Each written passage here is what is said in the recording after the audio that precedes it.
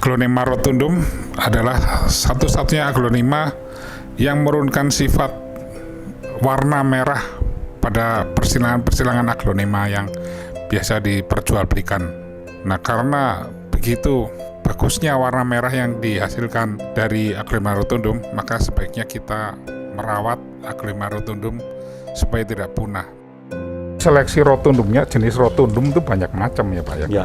Jadi cari yang bagus warnanya, setelah itu disilangkan juga harus ketemu lagi rotundum itu yang lebih bagus lagi. Tentu, dan berarti juga jadi selain kemudian itu lebih bagus, bisa juga kemudian itu kalau bisa memang kita dapatkan, dan itu tentu harus melalui percobaan persilangan berapa kali untuk lihat kemudian itu rotundumnya ini kemudian itu kan cocok sebagai jantan tidak, karena kemudian itu kan sering kemudian itu ada rotundum yang memang sebuk sarinya sedikit atau yang memang juga agak steril dibandingkan kemudian itu rotundum yang lain. Nah itu jadi kita harus kemudian itu rotundum sendiri harus cukup banyak jumlahnya.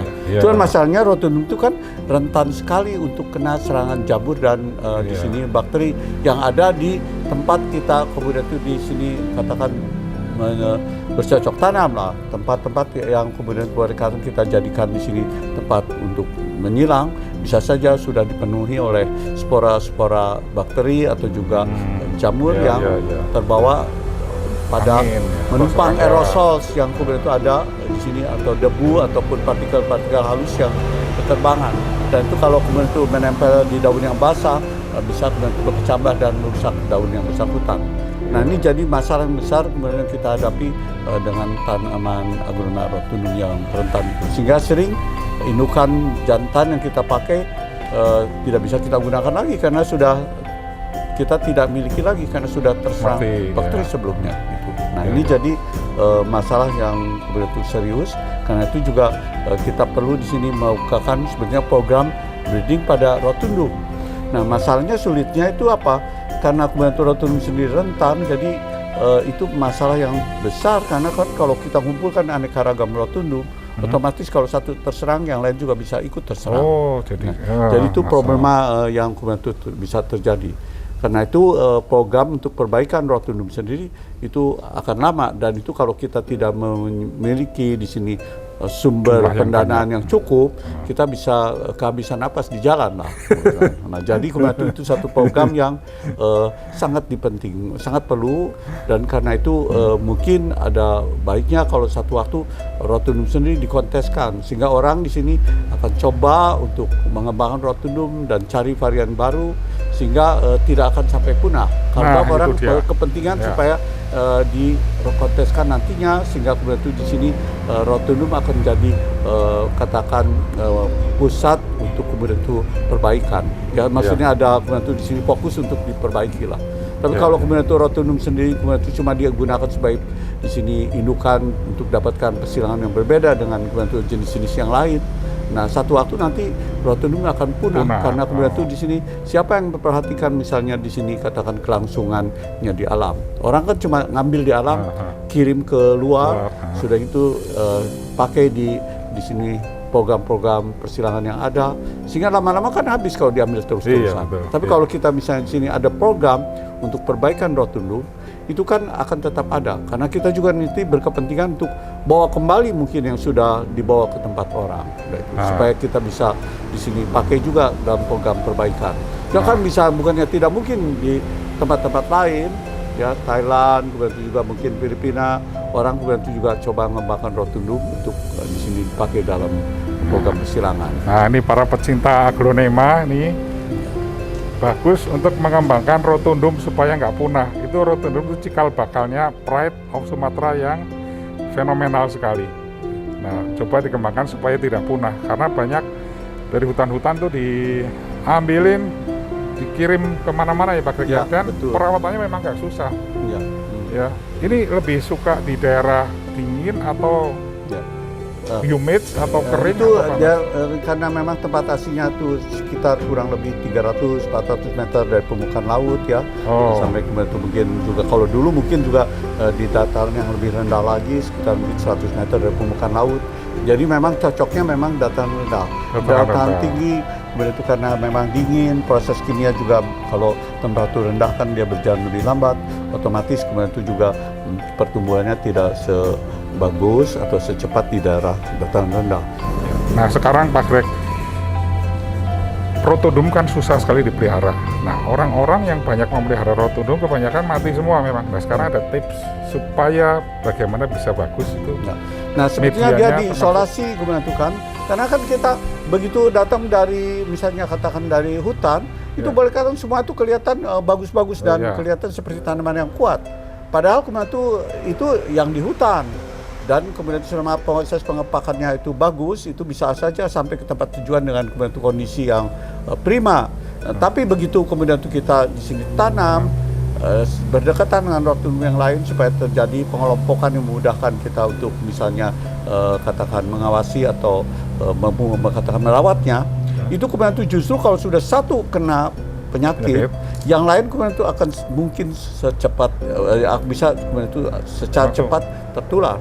Nah kalau sudah begitu itu bisa banyak yang mati. Nah sebaiknya kalau kita belum tahu ini kemudian itu tipe yang rentan atau yang kuat, kita isolasi bisa. Dan tentu ini tambahan kerjaan dalam arti kita misalnya kita tanam di pot yang kemudian itu di sini tersendiri tentunya, kemudian kita sungkup.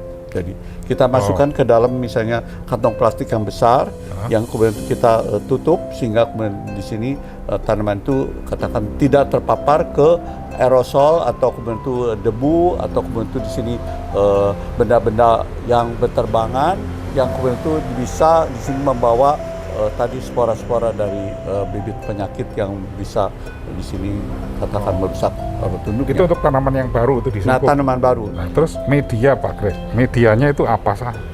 Media sebetulnya tidak terlalu di sini katakan ini maksudnya Khusus. tuh katakan menentukan dalam arti rotodum itu ada yang bisa ditanam di pasir, ada yang bisa ditanam kemudian di sekambakan. Nah itu justru kemudian itu pemupukan itu kan tidak terlalu masalah kalau kita bisa gunakan di sini pupuk butiran itu yang kemudian itu slow release itu kan pemberian hara itu bisa berjalan dengan bagus. Apalagi kalau kemudian itu kita lakukan di sini pemupukan dengan pupuk cair yang kita larutkan ke air siraman. Jadi sebenarnya itu tidak terlalu jadi masalah di sini kemudian itu kan soal media. Tapi selama kemudian itu medianya tidak asam, maksudnya pH sampai rendah sekali. Nah, tapi kalau pH-nya masih normal, katakan sama seperti misalnya di media tanaman lain itu tidak terlalu jadi masalah. Tapi masalah itu tadi kalau tempat itu katakan secara keseluruhan sudah dipenuhi patogen, tanaman-tanaman lain karena sudah memang bagus dalam arti sudah teradaptasi atau memang sudah berkatakan kuat itu tidak terkena. Tapi kalau rotodum ini itu kan begitu terpapar ke patogen yang biasa-biasa saja bisa langsung itu busuk nanti. Busuk semua. Terus ada anti jamur atau anti Tentu ada, itu seperti itu misalnya agrimisin itu kan bisa kemudian itu di sini katakan menghambat atau katakan menghentikan proses pembusukan oleh misalnya bakteri. Kemudian juga ada kemudian itu di sini fungicide ya, bisa antrakol, kemudian itu juga bisa dieten itu kan untuk mengatasi serangan jamur. Tapi kan kita juga mesti tahu bahwa yang namanya kemudian itu di sini obat-obatan kimia ataupun juga produk dari mungkin juga tadi agrimisin kan bisa itu dari jenis-jenis jamur ya yang kemudian sifatnya di sini seperti antibiotik gitu. Tapi kan kita mesti tahu bahwa katakan zat-zat seperti ini itu kan juga bisa fitotoksik, dapat meracuni tanaman dalam dosis berlebihan. Nah kita kan tidak tahu sampai berapa jauh dosis itu untuk rotundum itu harus kemudian itu kita tentu dapatkan melalui berbagai proses kemudian itu di sini perlakuan trial and error gitu. Nah, jadi ya kita harus tahu sendiri dan itu kan memakan waktu juga. Nah, jadi memang daerah waktu banyak orang yang kemudian itu mau cari gampangnya saja. Saya sudah pesan Agia saja. Dan itu yang akhirnya membuat kemudian itu kepunahan jadi lebih cepat terjadi. Mati ambil lagi, ambil lagi terus. Nah itu jadi dan kekhawatiran ini kan sudah saya suarakan sejak lama. Waktu kemudian itu saya ke Medan sekitar mungkin lebih dari 10 tahun yang lalu, saya kan sampai bikin papernya, nanti saya carikan itu kemudian itu Aglonema rotundum primadona asal Sumatera. Dari papernya Pak Greg mengenai spesies Aglonema primadona asal Sumatera, itu banyak sekali keragaman dari Aglonema rotundum. Seperti intensitas warna merahnya, ada yang merah tua, ada yang kehijauan, kemudian ada yang daunnya bentuknya membulat atau oval, juga ukuran lebar daunnya ada yang sempit, ada yang lebar, juga jumlah tulang daun atau serat-seratnya yang berbeda-beda. Juga yang tidak kalah penting adalah jumlah serbuk sari yang ada, itu ada yang sedikit, ada yang banyak. Nah, ini berhubungan dengan proses penyilangan nanti. Nah, terus tingkat kerentanan terhadap penyakit. Ada Aglonema rotundum yang sangat rentan terhadap penyakit, ada yang lebih bandel gitu. Kemudian tingkat kekekaran pertumbuhannya, ada yang kekar, ada yang kurang kekar. Terus ada lagi yang berumpun atau tidak. Nah, kalau berumpun tentunya lebih banyak keuntungan yang bisa didapat karena sifat berumpun itu bisa memunculkan anakan yang lebih banyak. Nah, idealnya pertumbuhan Aglonema rotundum ini itu tingkat pencahayaannya sekitar 30-40% dan harus lembab. Nah itu kan, itu bisa saya kupas di situ apa yang terjadi dan bagaimana kita bisa membantu lakukan sesuatu supaya tanaman ini jadi terhindar dari kepunahan.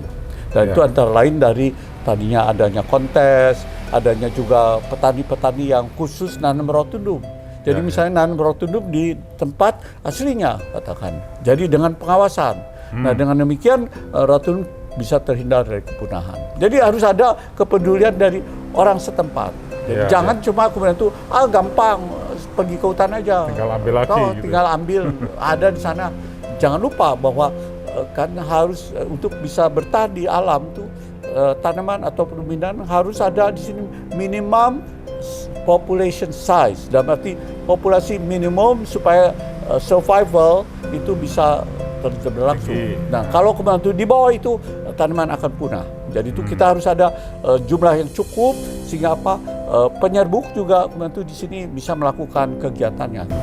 Nah, karena gini bagusnya ini rotundum, para pencinta aglonema mungkin mulai melakukan pembibitan rotundum seleksi ya Pak Greg ya? Seleksi. Terus kalau bisa supaya menambah semangat itu diadakan kontes khusus rotundum, Aglonema rotundum ya Pak Greg? Ya. Dan kontes itu bisa kemudian itu di sini tentu dipusatkan ke penampilan rotundum yang prima, yang kemudian itu di sini daunnya lebih bulat daripada yang lain, atau juga yang uratnya lebih banyak, dan atau juga yang tadi misalnya warnanya lebih cemerlang, lebih cemerlang, terus lebih banyak anak, lebih banyak anak itu ini satu hal penting karena kemudian itu sifat itu nanti bisa diturunkan ke keturunannya. Kan dengan lebih banyak anakan itu kan juga jadi perbanyakannya jadi bisa lebih cepat. Ya. Nah kalau semprot Agrimek atau apa Ditin itu berapa lama sekali nih? Nah, anjuran? Yang jelas kemudian itu kan itu yang penting untuk pemupukan adalah dosis harus rendah. Memupuk sering tidak apa-apa selama dosisnya rendah. Jadi ini yang penting media tidak boleh asam. Ya, terus tidak boleh ekstrim lah. Dalam arti ekstrim asam. Kemudian itu dalam arti misalnya bisa aja pH-nya tinggi karena kemudian itu lebih banyak di sini kita pakai misalnya katakan dolomit atau juga kemudian itu juga katakan pupuk-pupuk yang bisa meningkatkan pH supaya jadi tinggi. Tapi kalau misalnya normal-normal saja kita gunakan misalnya bahan-bahan yang ada di alam itu tidak merupakan masalah besar. Oh, jadi terlalu basah nggak boleh, terlalu asam nggak boleh, dan ini harus lembab ya Pak Greg? Tentu lah, semua tanaman rata-rata kemudian itu kan kalau di sini namanya tanaman tropis itu kan kelembaban boleh katakan tinggi, Nah itu selama kita kemudian itu di sini katakan upayakan seperti misalnya tidak terlalu ekstrim ya itu tidak masalah. Ini medianya itu ada sekam mentah dan sekam bakar ya? Ya, sekam mentah, sekam bakar, itu sekam mentah campuran yang baru dan yang lama sudah gitu kan. Dan jadi boleh katakan jadi medianya ringan sehingga kemudian itu kan mudah kemudian itu kan juga jadi dibawa kemana-mana. Porus kan. ya? Porus nggak sekali, pakai tanah begitu, ya Pak Greg ya? Tidak pakai tanah kita. Tapi sebenarnya pakai tanah pun tidak masalah selama kemudian itu tadi tidak padat. Udah, oh kan. iya, pokoknya porus. Ya. Terus kemudian itu pasir juga bisa kita gunakan pasir sendiri, kemudian itu pasir Malang dan campur mungkin dengan pasir sungai supaya kemudian itu di sini katakan tidak jadi bolehkan butiran campur yang kasar dan yang halus. Ya, supaya nggak padat ya. Benar. Ya. Itu. Dan kemudian itu juga misalnya juga batu gamping yang halus atau yang maksudnya di sini dihaluskan maksudnya partikelnya atau juga misalnya batu giling itu juga bisa kita pakai tapi tentu boleh katakan dalam proporsi yang sesuai lah ya. Dan kita sesuai campuran bukan kemudian murni. Ya, tuh jadi untuk proses menyilangkan mendapatkan suatu aglonema yang bagus, jenis aglonema yang bagus membutuhkan waktu yang sangat lama dan itu harus tekun. Ya, harus telaten. Banyak proses-proses harus dilewatin dan itu memakan waktu yang berpuluh tahun ya. Tentu. Mengenai rotundum ini ada nggak yang kira-kira perlu disampaikan supaya rotundum bisa banyak lagi di Indonesia? Nah tadi dengan adanya kontes rotundum yang disisipkan pada kontes aglonema secara keseluruhan, nah itu bisa kemudian mulai ada kemudian itu di sini perhatian. Yang jelas kan kalau misalnya kita tunggu sampai ada rotundum hasil persilangan antar rotundum terlalu lama. Ya. Jadi yang penting betul ada kontes yang melibatkan rotundum tipe yang berbeda. Nah, dengan demikian apa? Tidak semua rotundum akan kemudian dikirim keluar, tapi dipilih dulu, sortir dulu yang bagus-bagus supaya nanti bisa diikutkan dalam kontes. Nah, itu kan satu hal yang bagus. Dengan demikian nanti karena ada rotundum berbeda yang dikonteskan, otomatis nanti jadi kemudian itu rotundum sendiri jadi lebih dikatakan cari orang dengan seninya. Karena memang harga rotundum yang bagus-bagus ini kemudian itu juga jadi lebih tinggi, otomatis lebih banyak lagi orang yang peduli. Nah. Jadi kita seleksi rotundum yang betul-betul bagus untuk dikawin silangkan. Nah seperti kita koleksi mutasi gitu ya Pak Greg ya. Dari rotundum yang banyak ada beberapa yang bagus, itulah yang mesti kita simpan, yang kita koleksi, terus kita lombakan ya sehingga banyak peminat yang mencintai rotundum.